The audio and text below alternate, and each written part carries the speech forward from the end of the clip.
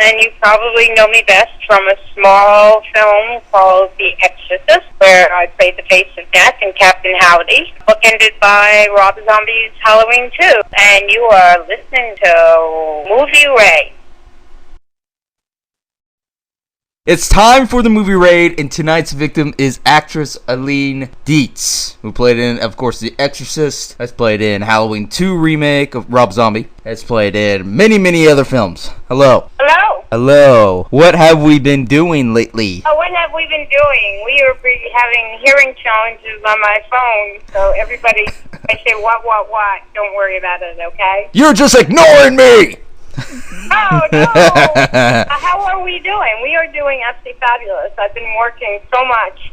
I've been doing either films or conventions or film festivals. I've hardly been home since like the middle of May. Nice. Doing a film tomorrow, starting a film tomorrow. And then I'm doing another one in 2 weeks. I'm going to Arizona to do a film called Grimm, having nothing to do with the TV show. Can you elaborate on your character on that, or you cannot? Oh, sure. Okay.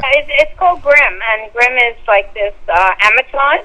It's going to be like the 7-foot monster that controls this town. And I play an owner of a saloon there. And in order to appease this monster, we have to sacrifice young and nubile women,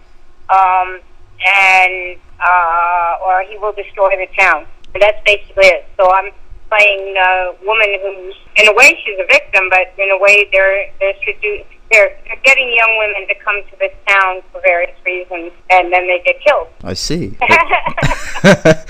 Is this an independent type film? That's what I do. Yeah, these are all indies. Actually, tomorrow I'm actually doing a disaster film. Nice.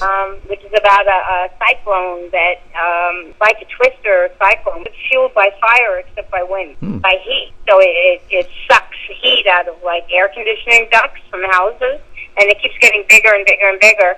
And I play a religious zealot who thinks it's the rapture. So she doesn't save herself and her son because it's the rapture. Oh. So it's fun. It's small but memorable. Nice. Do you actually prefer independent, or you like to go for the more higher ones, or do you think it's a lot more relaxing to be in this independent? I get better parts in independence, but I get more money in studio films. Nice. So it's a definite trade-off. Yeah, always the higher ones. It seems more pain. pain. I get to do. I just did a movie called Abaddon that's a prequel to Hansel and Gretel. This witch is actually the evilest witch I've ever played. I mean, this woman is insane. And she captures, two little kids, but they have to stay. She has to fatten them up before she can eat them. But they're making all this noise, and that's basically what's going on. Well, they won't shut up. I think it's going to be a really good film, and I think it really will play theaters. That's nice. Definitely. Maybe it's the next Conjuring. Who knows? You never know. You never know. A flip of a coin on any film. It would be like the smallest independent film ever that end up being the biggest film in the world. Right, and then big studio films are also going right to a DVD land or on demand or all that kind of stuff. So you just don't know. I mean, James Wan is just hit the jackpot. Mm-hmm. Definitely. So what you've been in between dramatic, like between soap operas, all the way up into horrors. What brought you to horror exactly? Well, I think horror came to me.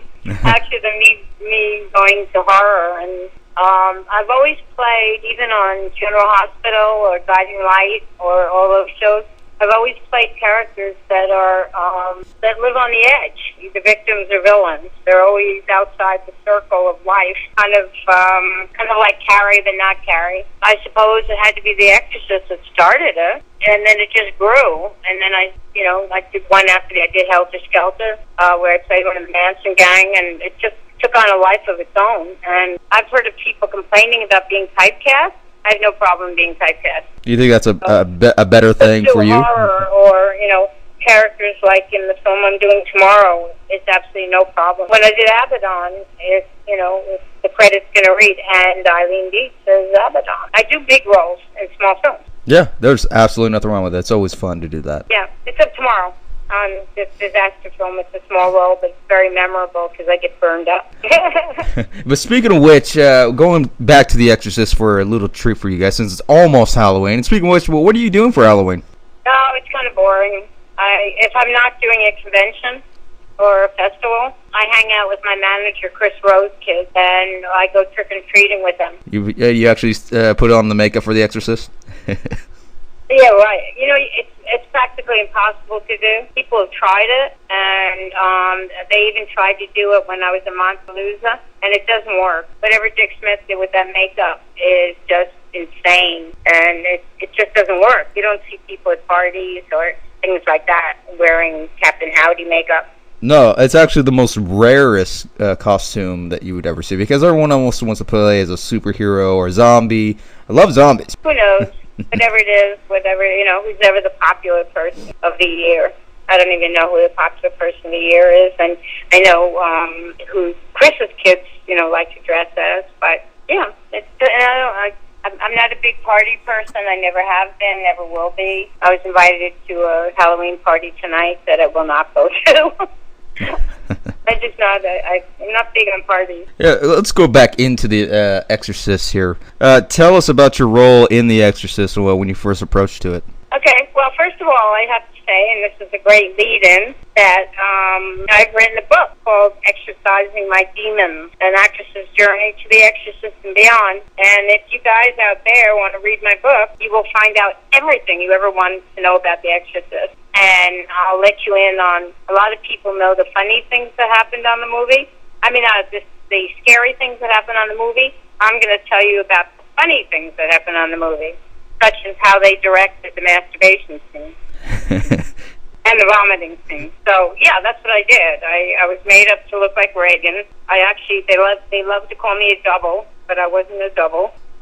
If I had been a double, if they'd asked for a double, I never would have done the movie. I had this big epiphany just last week that when the casting notice came out, if they had looked for a double or a stunt double or anything like that, I never would have done the film. That's extra work, and I don't do extra work, and my whole life would have been different. But anyway, I was made up to look like her, and ended up doing the scenes like the vomiting scene and the masturbation, the death scene at the end, the grabbing the psychiatrist's balls, and all that kind of stuff, and that's all mentioned in the book.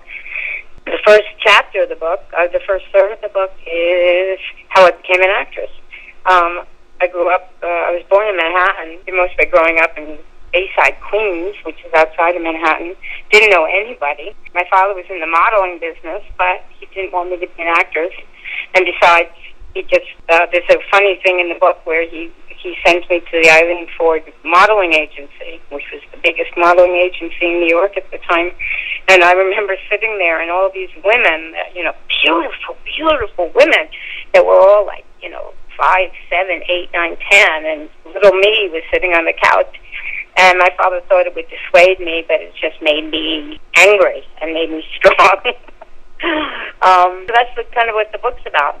It's about dreams, it's about choices, it's about bad choices and good choices, and why we make bad choices in life.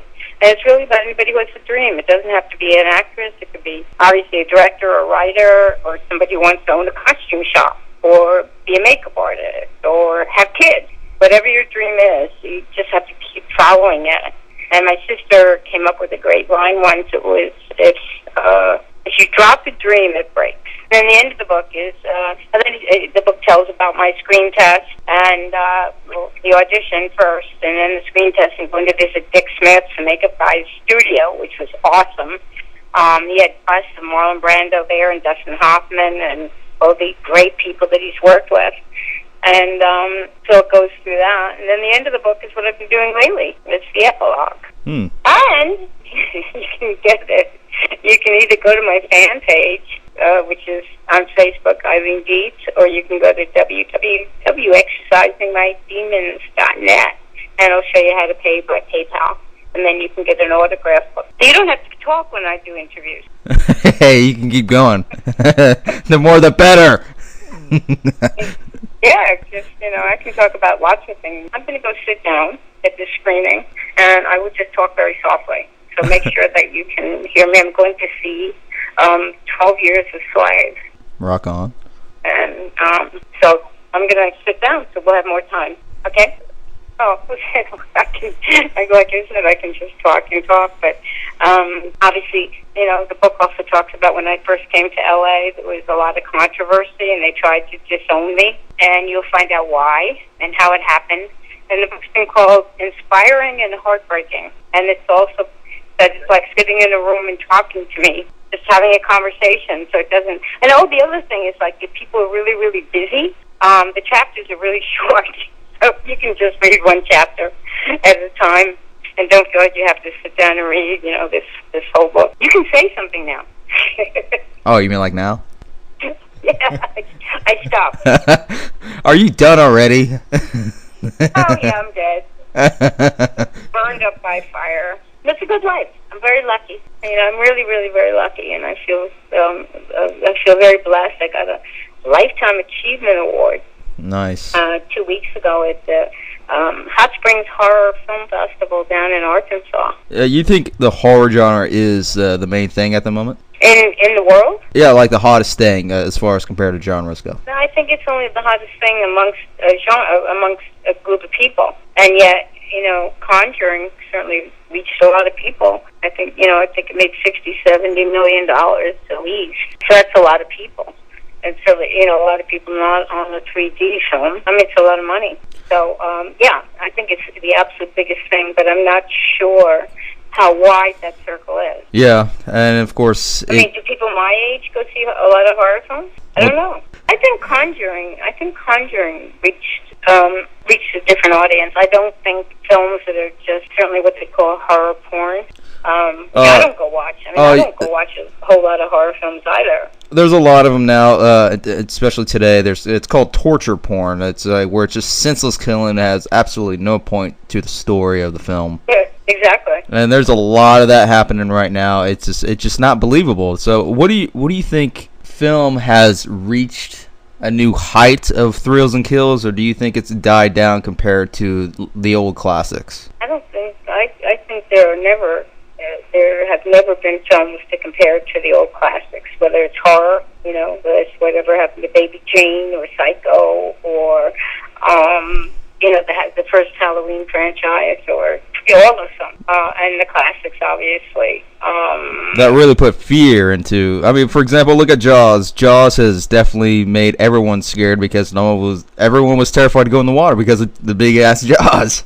Oh, ask me what my scariest films I've ever seen are. Eileen, what are the scariest films you ever saw?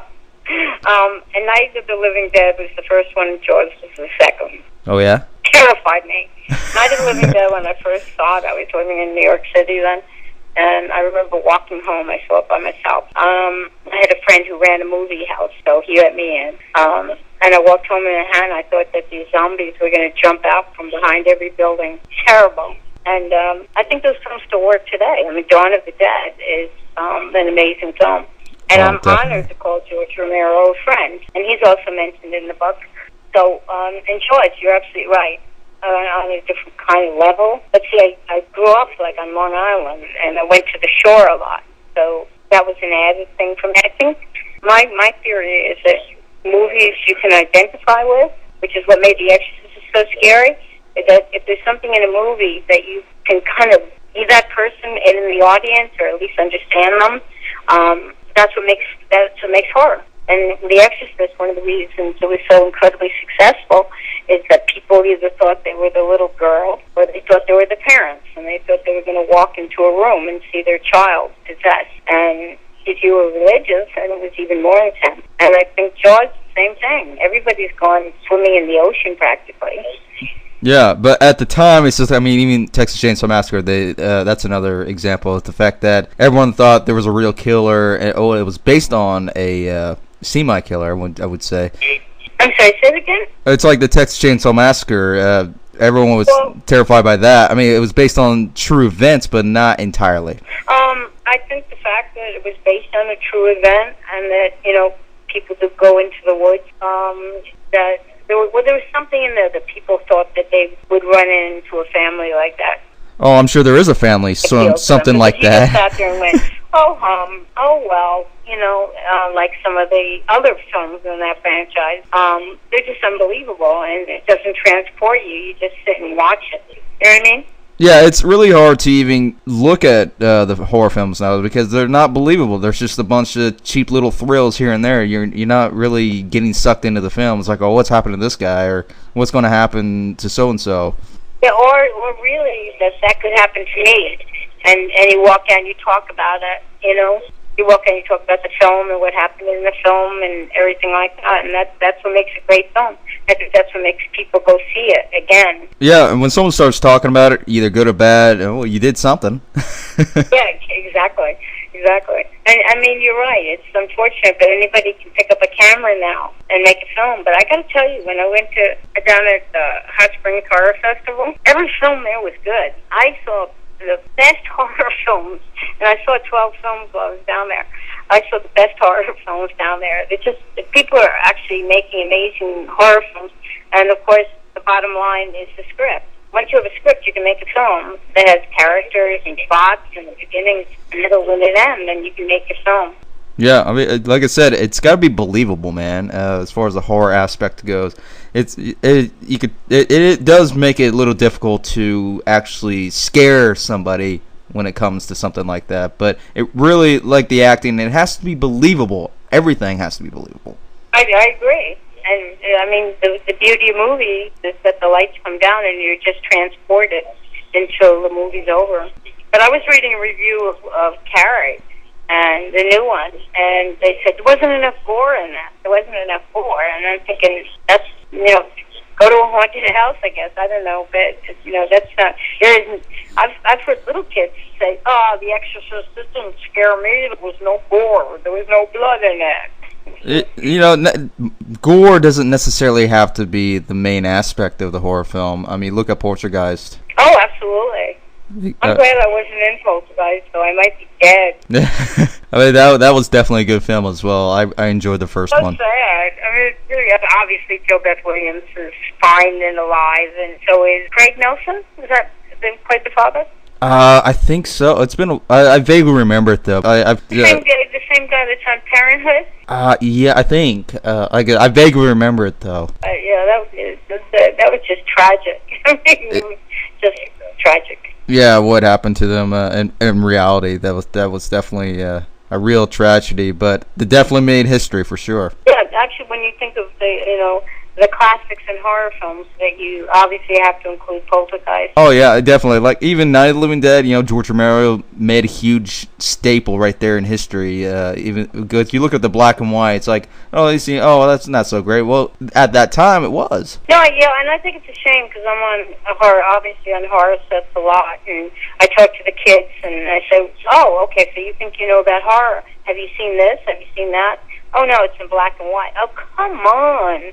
Some of the best films ever made, obviously, were in black and white. I love black and white. I mean, I'll still go see films in black and white. Yeah, you really can't beat black and white because it feels just right. It's just like it puts you right there on the spot. You don't know what's happening. I mean, look at Casablanca, for heaven's sake. Oh, yeah. Casablanca or Orson Welles, any of the Orson Welles films. I think that people who are interested in films and actors that do films should see films. What do you think, kind of part of the critic aspect as far as films, like when you sit there and watch a film, do you think you want to change something in there? Nope. Not one thing?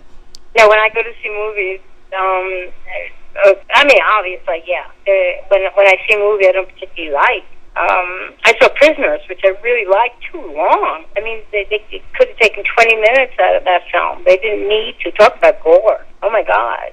Prisoners was just gore from A to Z. And not only that, they kind of cheapen it. Well, I wouldn't say cheapen it up, but they make it look cheesy looking because they wouldn't actually use real props. They wouldn't actually attempt to make stuff to make it look like gory. Like I said, back to The Exorcist, it goes because everything was basically on set. No.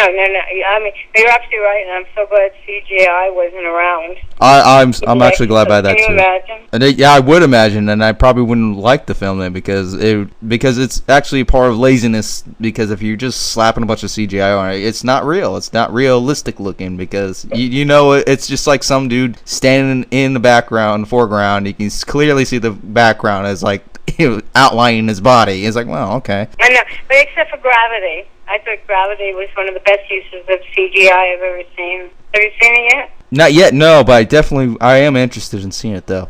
It's awesome. I mean, obviously there's not much of a plot. There's not much going on, but the CGI is awesome. And so it can be used. It can be used.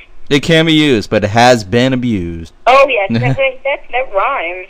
Let's make that a mantra. Has been used, but it's been abused. Yes, because it's like if you like for gore wise, if there's certain spots like someone decapitated in some way, like their arms or something, and you can't quite get it right. Okay, that's fine. It's a little touch up. It's good for touch ups for sure. You know what they should do before you go see a movie? They should have to tell you how much blood they bought. Yeah, only 12 gallons. Because if they bought like more than a gallon, forget it. I'm not going. And it's like, really? Just that, right? Yeah, I just saw someone review a movie online. It was like that, and they said, and there was blood, and there was blood, and there was blood, and there was blood. Anyway, I am going to have to go see 12 Years a Slave, which I understand is brilliant. It's also 2.5 hours. So anybody out there, my webpage is being redesigned, but I always have an option on there that you can ask me. I have my email on there, which is Eileen@EileenDietz.com. And anybody is allowed to ask me 2 questions, and I will answer them. And I hope you buy my book. It actually makes a great Christmas present because it's not a horror book. It's an inspirational book and a funny book and a fun book. So make a great Christmas present, guys. Come get them before they run out. I'm also selling Pazuzu statues along with it. You have to go on my fan page and see some great statues. Nice. But I'd like some more of my books because I think people will really, really like it. And everybody that's read it likes it. I mean, I should almost offer a money-back guarantee on it. Yeah. If you want to know everything about it. Like an infomercial. And furthermore, if you buy my book, I will throw in one 8x10 picture of Captain Howdy for only $10 more. And furthermore, 1-800 what? Here comes the movie. I am going to go. Great talking to you. Enjoy, everybody. That is Eileen Dietz from The Exorcist. Plays Captain Howdy, the face of death, so to speak. Oh, and when you buy the book, mention that you heard me on this show. Yes, here on the Movie Raid. Here goes the music. I'll talk to you later. Bye-bye now. Have a happy Halloween, everybody.